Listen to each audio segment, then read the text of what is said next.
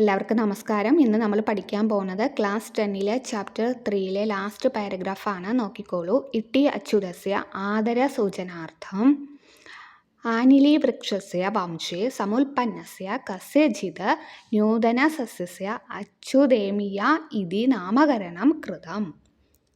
അപ്പോൾ ഇട്ടി അച്യുതനോടുള്ള ആദരസൂചകമായി ആനിലീവൃക്ഷത്തിൻ്റെ വംശത്തിലുണ്ടായ ഒരു പുതിയ സസ്യത്തിന് അച്യുതേമിയ എന്ന് പേര് കൊടുത്തു.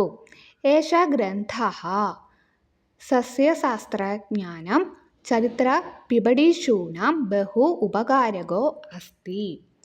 അപ്പോൾ ഈ ഗ്രന്ഥം സസ്യശാസ്ത്രജ്ഞന്മാർക്കും ചരിത്രം പഠിക്കാൻ ആഗ്രഹിക്കുന്നവർക്കും വളരെ ഉപകാരപ്രദമാകുന്നു.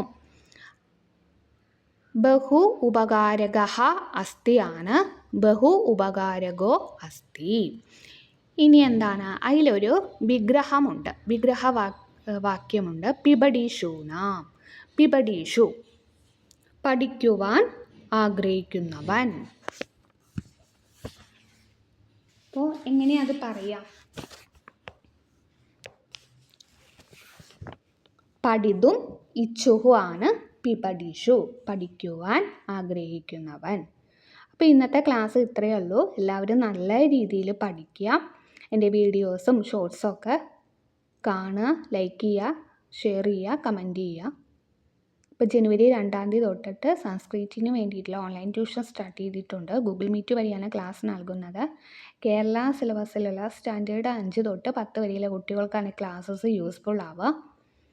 ജോയിൻ ചെയ്യാൻ ആഗ്രഹിക്കുന്നവർ 9846770380 ഈ നമ്പറിൽ കോൺടാക്റ്റ് ചെയ്യാവുന്നതാണ്. Okay, thank you.